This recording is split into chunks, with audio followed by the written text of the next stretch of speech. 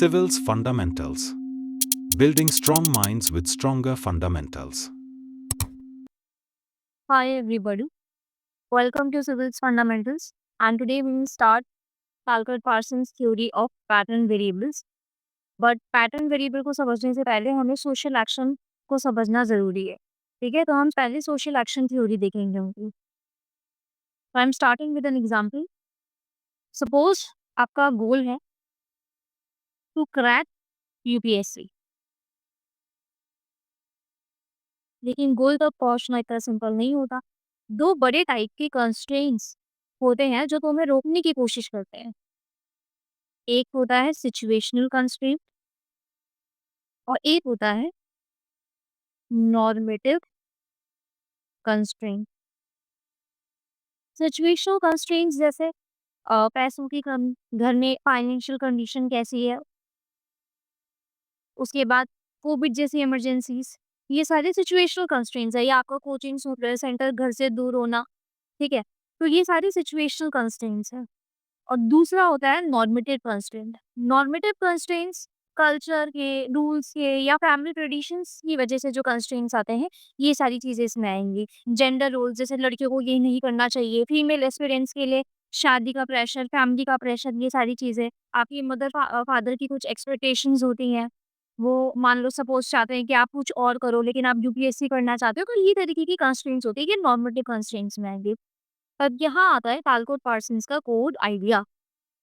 वो कहते हैं एक्टर यानी तुम एक रैशनल बीइंग हो।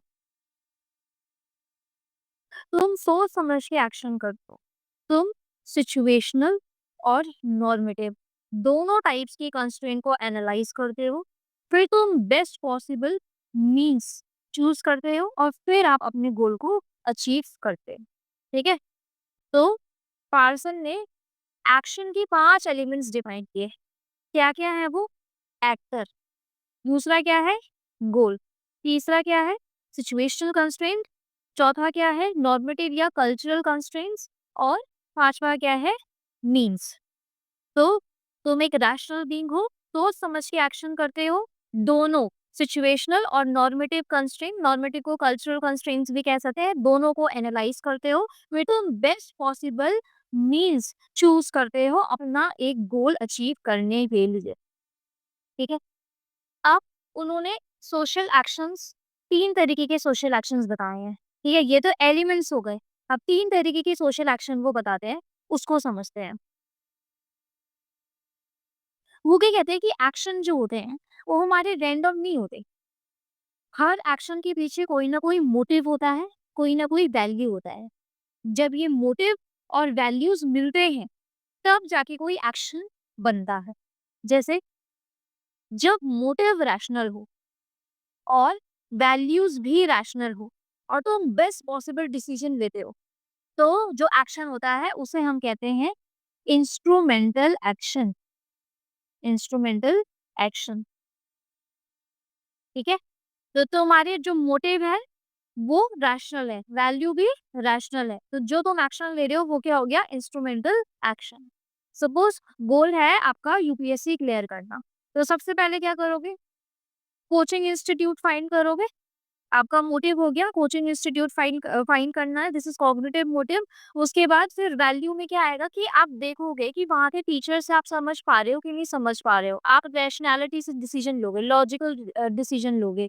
समझ पा रहे हो तो फिर तुम एक्शन लोगे कि हाँ, ये XYZ इंस्टीट्यूट जो है ये मैं ज्वाइन करता हूँ। जब आपने पहले कोचिंग इंस्टीट्यूट ढूंढा, सपोज सॉरी, पहला क्या था कि यूपीएससी क्लियर करना है, ये आपका गोल है, तो उसके लिए आपने क्या किया? कोचिंग इंस्टीट्यूट ढूंढा, फिर आपने देखा वहाँ के टीचर से समझ पा रहे हो कि नहीं समझ पा रहे हो, तब जाके आपने एक्शन लिया, उस कोचिंग इंस्टीट्यूट को ज्वाइन किया। तो ये क्या हो गया?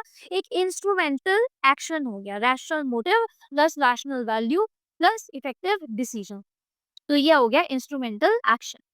अब हर एक्शन जो है वो रैशनल तो नहीं हो सकता। जरूरी नहीं है कि हर काम हम लॉजिकल थिंकिंग से, रैशनैलिटी से, अपने दिमाग से करें। कुछ काम हम अपने दिल से भी करते हैं। ठीक है, फॉर एग्जाम्पल एक मदर ऑफिस छोड़कर घर आई सिर्फ इसलिए कि उसका बच्चा भूखा था। अगर हम मदर वाली फीलिंग इसमें डालें तो क्या ये डिसीजन लॉजिकल था कि भाई उसका बच्चा भूखा है और वो ऑफिस के बीच से आ गई? ठीक है? तो ये नहीं है डिसीजन लॉजिकल, तो यहाँ पर ये एक्शन किससे ड्रिवन है? ये एक्शन इमोशन से ड्रिवन है। तो पार्सन इसे कहते हैं अफेक्टिव मोटिव, या अफेक्टिव मोटिव को हम कैथेटिक मोटिव भी कह सकते हैं। कैथेटिक मतलब क्या होता है? Emotional attachment. यहाँ पर हम मटेरियल बेसिस पे लेते हैं, ऑब्जेक्टिविटी रहती है यहाँ पे, रैशनैलिटी रहती है। कैथेटिक मोटिव मतलब इमोशनल अटैचमेंट टुवर्ड्स समथिंग, ठीक है? तो यहाँ पर ये जो होता है, ये मोटिव इमोशन से ड्रिवन होता है। तो जब मोटिव होती है इमोशनल, वैल्यू भी होती है इमोशनल, तो जो एक्शन होता है उसे कहते हैं expressive action. Expressive action. Suppose आपका दोस्त उदास है, आपको उसके साथ रहना है। यहाँ पे वैल्यू आप क्या देख रहे हो? वैल्यू क्या है यहाँ पे? लॉयल्टी, दोस्ती, इमोशनल बॉन्डिंग। तो आप क्या करते हो? क्लास मिस करके उसके साथ बैठ जाते हो। ये क्या है? Expressive action. आपने एक्शन क्या लिया? क्लास मिस कर दी। तो यहाँ पर तुम लॉजिक से नहीं, दिल से फैसला लेते हो, ठीक है? या एक इंसान जो है वो गिटार बजा रहा है स्ट्रेस कम करने के लिए, तो परफॉर्मेंस तो वो दे नहीं रहा है, वो स्ट्रेस निकालने के लिए अपना जो है गिटार बजा रहा है। तो ये एक्सप्रेसिव एक्शन होगा, ठीक है? जो इमोशन से ड्रिवन होता है। अब अब तक हमने देखा कि कुछ लोग काम करते हैं फ़ायदे के लिए, जिसको हमने नाम लिया इंस्ट्रूमेंटल एक्शन, फिर हमने देखा कि कुछ इमोशन से करते हैं, उसको हमने कहा एक्सप्रेसिव एक्शन। एक तीसरी कैटेगरी भी होती है, जहाँ ना फ़ायदा देखते हैं, ना फीलिंग देखते हैं। वहाँ देखते हैं राइट और रॉन्ग, क्या सही है, क्या गलत है, ठीक है? क्या हम जो ये काम कर रहे हैं ये सही है या नहीं? तो राइट रॉन्ग वाला क्राइटेरिया वहाँ पर आ जाता है। तो ये होता है मॉरल एक्शन, ठीक है? और इसी के पीछे जो होता है वो होता है इवैल्यूएटिव मोटिव। इवैल्यूएटिव मोटिव यहाँ पे सेल्फ असेसमेंट मोटिव, यहाँ पे सेल्फ असेसमेंट। हम देखेंगे क्या ये एक्शन सही है या नहीं, राइट वर्सेस रॉन्ग वाला क्राइटेरिया आ जाता है। फॉर एग्जाम्पल एक स्टूडेंट बोलता है मैं चीटिंग नहीं करूंगा चाहे फेल हो जाऊं, तो मोटिव क्या है उसका अपना, या वैल्यू क्या है, मोटिव क्या है उसका? अपना प्रिंसिपल ऑनेस्टी, उसको अपहोल्ड करके रखना, ये उसका मोटिव है। वैल्यू क्या है? इंटीग्रिटी। और एक्शन क्या है? उसने चीटिंग नहीं की क्योंकि वो गलत है, तो ये होता है मॉरल एक्शन। अब कभी कभी क्या होता है कि नॉर्मल सिचुएशन में क्या होता है कि मोटिव और वैल्यूज के हिसाब से हम एक्शन लेते हैं, लेकिन कभी कभी हमें समझ नहीं आता, हम डिलेमा में फँस जाते हैं कि हम अपने मोटिव को चूज़ करें या हम अपने वैल्यूज़ को चूज़ करें। कभी-कभी इन दोनों के बीच में कॉन्फ्लिक्ट आ जाता है। तब वहाँ पर पिक्चर में आता है पैटर्न वेरिएबल। तो why pattern variables matter? Society का स्ट्रक्चर तभी स्टेबल रहता है जब लोग नॉर्म्स और वैल्यूज़ इनको फॉलो करते हैं। लेकिन जब नॉर्म्स या वैल्यूज़ या मोटिव्स या वैल्यूज़ एक दूसरे से क्लैश करने लगती है, जैसे family values versus career goals, tradition versus modernity, तो जब ये क्लैश करने लगती है तो अब टेंशन क्रिएट होने लगती है। तो तालकट पासक ने इसी कॉन्फ्लिक्ट को समझने के लिए एक कॉन्सेप्ट दिया जिसका नाम है पैटर्न वेरिएबल्स। ये एक ऐसा टूल है जो हमें बताता है कि इंडिविजुअल जब किसी सिचुएशन में एक्शन चूज करता है तो उसके पास कौन कौन से ऑप्शंस होते हैं। तो 5 ऑप्शंस बताए हैं पैटर्न वेरिएबल्स में, और फिर वो उन ऑप्शंस को चूज करके उस डिसीजन के उस मतलब उस वैल्यू के अकॉर्डिंग डिसीजन लेता है, ठीक है?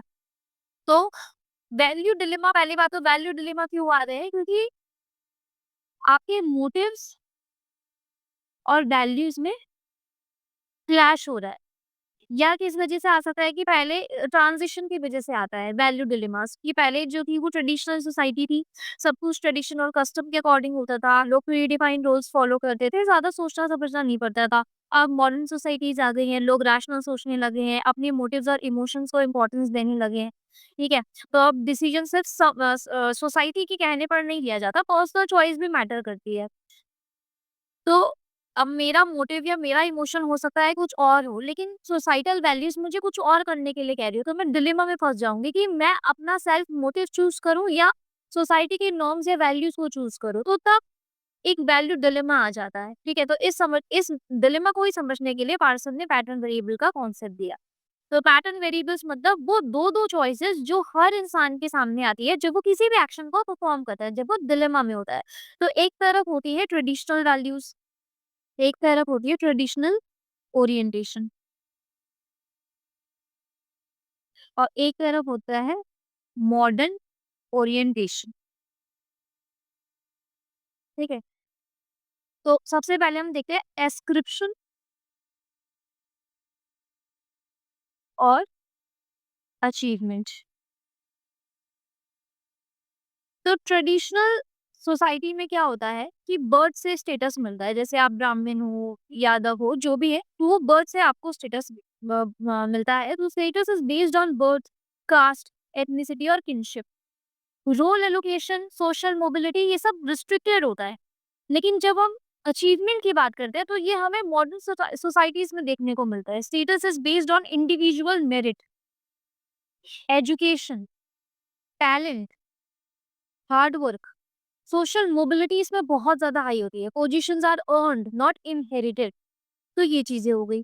फिर दूसरा क्या होता है, एक ऑप्शन तो ये है, एक चॉइस ये होता है एस्क्रिप्शन वर्सेस अचीवमेंट। जब हम प्रॉब्लम में है कि हम क्या चूज करें, तो या तो हम एस्क्रिप्शन चूज करेंगे या हम अचीवमेंट चूज करेंगे। अगर हम एस्क्रिप्शन वाली वैल्यूज को चूज कर रहे हैं तो मतलब हम ट्रेडिशनल सोसाइटीज या ट्रेडिशनल वैल्यूज को ज्यादा इंपॉर्टेंस देते हैं, और जब हम अचीवमेंट वाली वैल्यू को प्रेफरेंस देते हैं तो मतलब हम मॉडर्न सोसाइटीज की वैल्यू को ज्यादा प्रेफरेंस दे रहे हैं, ठीक है? तो पहला चीज तो ये हो गया। दूसरा क्या है, डिफ्यूजनेस और स्पेसिफिसिटी। यहाँ पर क्या होता है, हर रिलेशनशिप्स के मल्टी फंक्शनल रोल होते हैं, ठीक है? Roles are multi dimensional. एक सिंगल रिलेशनशिप सारे एस्पेक्ट्स को कवर करता है। और यहाँ पर क्या होता है, स्पेसिफिसिटी। मॉडर्न सोसाइटी में यहाँ पे क्या होता है, जो रोल्स होते हैं वो नैरो होते हैं, फॉर्मल होते हैं। तो स्पेसिफिसिटी का एग्जांपल ले सकते हो कि teacher's job is to teach, doctor's job is to treat. तो यहाँ पर जब हम मॉडर्न सोसाइटीज की बात करते हैं, हम डॉक्टर के पास जाते हैं तो डॉक्टर क्या करेगा, देखेगा, दवाई देगा, ठीक है। लेकिन गाँव में अगर जाते हैं या ट्रेडिशनल सोसाइटीज में, या आज भी अगर हम जाएं गाँव में, अगर कोई गाँव से है तो वहाँ पे अगर आप डॉक्टर के पास जाओगे तो वो आपको ट्रीट करेगा, फिर पूछेगा और बेटा पापा ठीक है और घर में सब बढ़िया है। तो और कभी-कभी वो टीचर्स के रोल पे भी हम देखते हैं कि टीचर्स सिर्फ पढ़ाता नहीं है, हमें हर एक चीज़ को लेकर गाइड करता है, ठीक है? कभी आपको कोई प्रॉब्लम होती है, पर्सनल प्रॉब्लम है, तो टीचर बोलता है कि ठीक है, आप मेरे को बताना। लेकिन जब हम स्पेसिफिसिटी की बात करते हैं, तो यहाँ पर टीचर सिर्फ पढ़ा रहा है, डॉक्टर सिर्फ ट्रीट करता है और कोई और nothing more is expected from them, ठीक है? लेकिन जब हम गाँव वगैरह की बात करते हैं, तो यहाँ पर टीचर पढ़ाता भी है, कुछ पर्सनल प्रॉब्लम होती है, तो आप अगर आपको कुछ पूछना है पर्सनली, किसी भी चीज़ को लेकर प्रॉब्लम है तो आप वो पूछते हैं। तो ये इसको हम डिफ्यूज़नेस कहते हैं। फिर फिर आता है अफेक्टिविटी वर्सेस अफेक्टिव न्यूट्रैलिटी।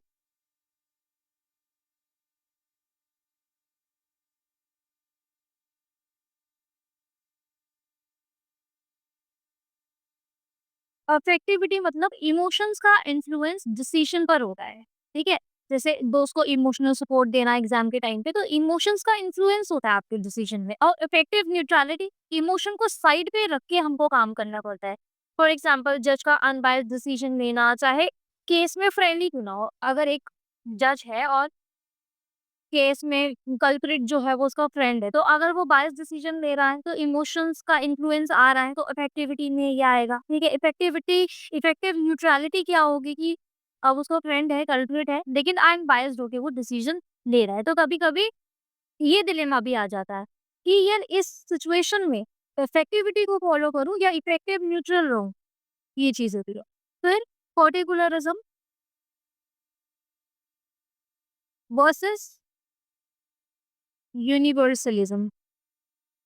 पार्टिकुलरिज्म क्या होता है कि यहाँ पर अपने एग्जाम्पल अगर मैं दूँ तो अपनी जाति वालों को वोट दो, अपने भाई की दुकान से सामान लो।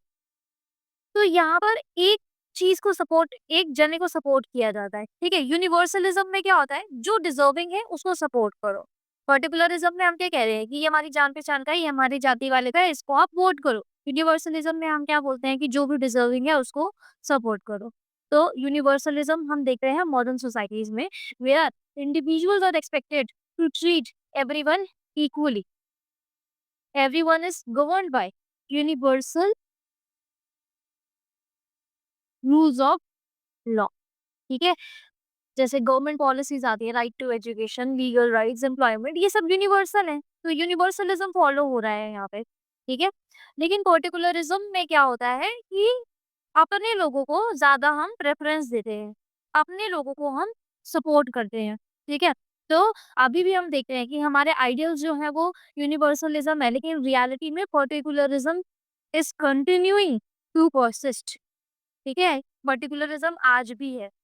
तो एक मिनिस्टर को हम एक्सपेक्ट करते हैं कि वो यूनिवर्सली बिहेव करे, लेकिन वो अपने जाति के लोगों को या अगर अपना कोई रिलेटिव है उसको ज़्यादा प्रेफ़रेंस देता है किसी जॉब में, तो ये चीज़ें इसमें आती हैं। तो ये इस तरीके का डिलेमा फेस करते हैं। फिर सेल्फ ओरिएंटेशन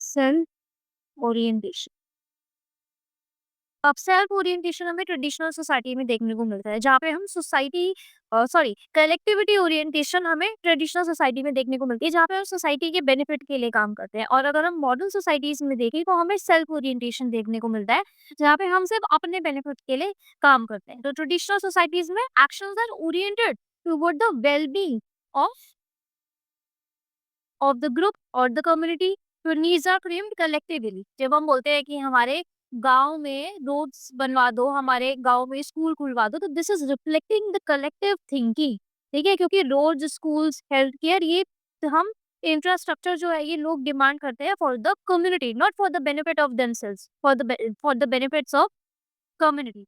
सेल्फ ओरिएंटेशन में क्या होता है, इंडिविजुअल गोल जो है वो डोमिनेट करता है। People are driven by personal ambition, people are driven by rational choice, people are driven by competition, ठीक है? तो ये चीज हो गई। अब इंस्टीट्यूशंस क्यों फेल करती हैं? इंस्टीट्यूशंस फेल इसलिए करती हैं क्योंकि उनमें गलत वैल्यू ले आते हैं लोग, ठीक है? For example, failure of institution.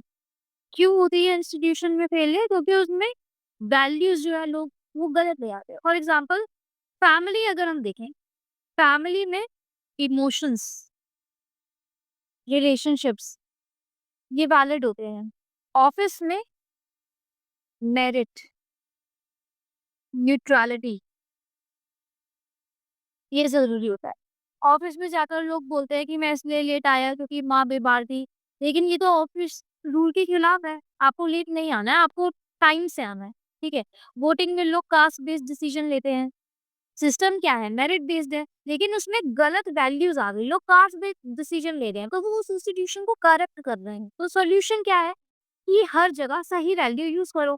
Family में अफेक्टिविटी ठीक है, लेकिन ऑफिस में न्यूट्रलिटी जरूरी है, ठीक है? घर में कास्ट मैटर करता है और ऑफिस या स्कूल में अचीवमेंट मैटर करेगा। घर में आप डिस्क्रिप्शन बेस्ड, अगर आपके पापा की खेती बाड़ी है तो उसमें डिस्क्रिप्शन बेस्ड चीजें चलेंगी, लेकिन जब आप ऑफिस में जाओगे, स्कूल में जाओगे, वहाँ पे अचीवमेंट बेस्ड चीजें चलेंगी। तो पैटर्न वेरिएबल थ्योरी हमें सिखाता है कि सोसाइटी का स्ट्रक्चर और इंडिविजुअल का बिहेवियर वैल्यूज के बेसिस पर डिसाइड होता है। अगर गलत जगह गलत वैल्यू यूज की तो रोल कंफ्यूजन होगा और इंस्टीट्यूशन जो है वो ब्रेक डाउन होगा।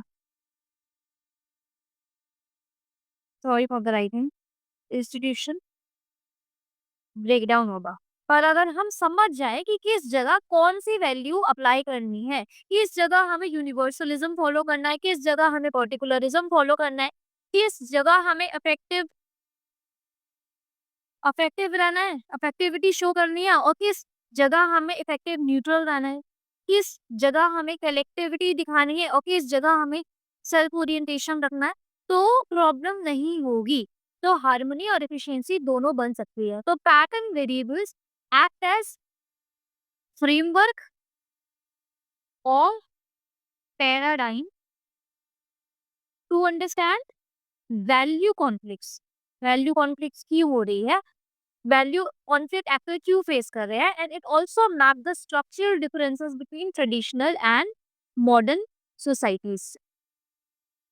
ठीक है, तो अगर हम पैटर्न ए से पैटर्न बी की तरफ शिफ्ट करते हैं तो उसे मॉडर्नाइजेशन भी कहा जाता है, क्योंकि यहाँ पे ट्रेडिशनल सोसाइटीज वाले सारे फीचर्स थे, जैसे यहाँ पे अफेक्टिविटी था, एस्क्रिप्शन था, ये सारी चीजें, यूनिवर्सलिज्म था, सॉरी पर्टिकुलरिज्म था, कलेक्टिव ओरिएंटेशन थी, यहाँ पर सेल्फ ओरिएंटेशन थी, यहाँ पे अफेक्टिव न्यूट्रल था, यहाँ पे अचीवमेंट था, ये सारी चीजें थी, यहाँ पे आपका यूनिवर्सलिज्म था। तो अगर शिफ्ट पैटर्न वेरिएबल ए से पैटर्न वेरिएबल बी की तरफ होता है तो उसे हम मॉडर्नाइजेशन कहते हैं। लेकिन पार्सन ये भी बोलता है कि दोनों वैल्यूज एक साथ एग्जिस्ट, दोनों पैटर्न वेरिएबल ए की वैल्यूज और पैटर्न वेरिएबल बी की वैल्यूज दोनों एक साथ भी एग्जिस्ट कर सकती है, ये कॉन्टेक्स्ट पे डिपेंड करता है। लेकिन जनरली मॉडर्न ए जब हम पैटर्न ए से पैटर्न बी की तरफ शिफ्ट होते हैं तो उसको उसने मॉडर्नाइजेशन कहा। ठीक है, तो जब एक एक्टर सोसाइटी में कोई काम करता है तो उसके सामने दो चीजें टकराती है, एक है नॉर्म्स या आप इसे वैल्यूज भी कह सकते हैं और एक होता है मोटिव्स। नॉर्म्स क्या होती है, वैल्यूज क्या होती है जो सोसाइटी चाहती है, और मोटिव्स क्या होता है अपना पर्सनल मन क्या चाहता है। ठीक है, तो इंसान पहले देखता है कि सोसाइटी में क्या नॉर्म चल रहा है, फिर वही नॉर्म चूज करता है जो उस सिचुएशन में फिट हो, और फिर अपना मोटिव उस नॉर्म के साथ मैच करता है और फिर एक एक्शन करता है। तो नॉर्म्स ने गाइड किया मोटिव्स को, मतलब सोशल नॉर्म्स जो है वो ज्यादा पावरफुल होते हैं और पर्सनल मोटिव उन्हीं से शेप होता है। अब इसकी क्रिटिसिज्म देखते हैं। हैरोल्ड गर्फिंकल, ये एथनो मेथोडोलॉजिस्ट है।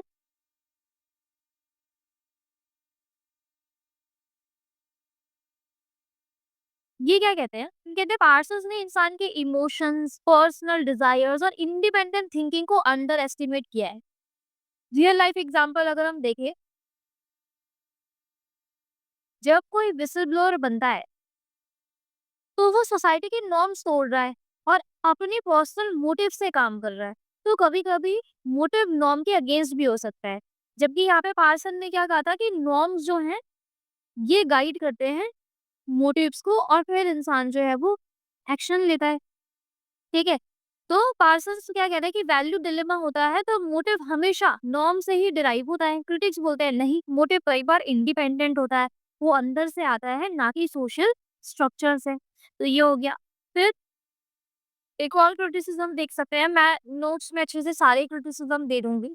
आपको अगर थ्योरी समझ आ गई है तो क्रिटिसिज्म भी आपको आराम से समझ आ जाएंगे। किसने क्या क्रिटिसिज्म दिया वो आंसर लिखने के लिए वो मैं आपको नोट्स में दे दूंगी। ठीक है, क्योंकि इतना पॉसिबल नहीं है कि सारे क्रिटिसिज्म को, बहुत सारे क्रिटिसिज्म होते हैं कि सबको एक साथ करना। अगर थ्योरी समझ आ गई और एक आधा क्रिटिसिज्म भी समझ आ रहा है तो आपको आ जाएगा।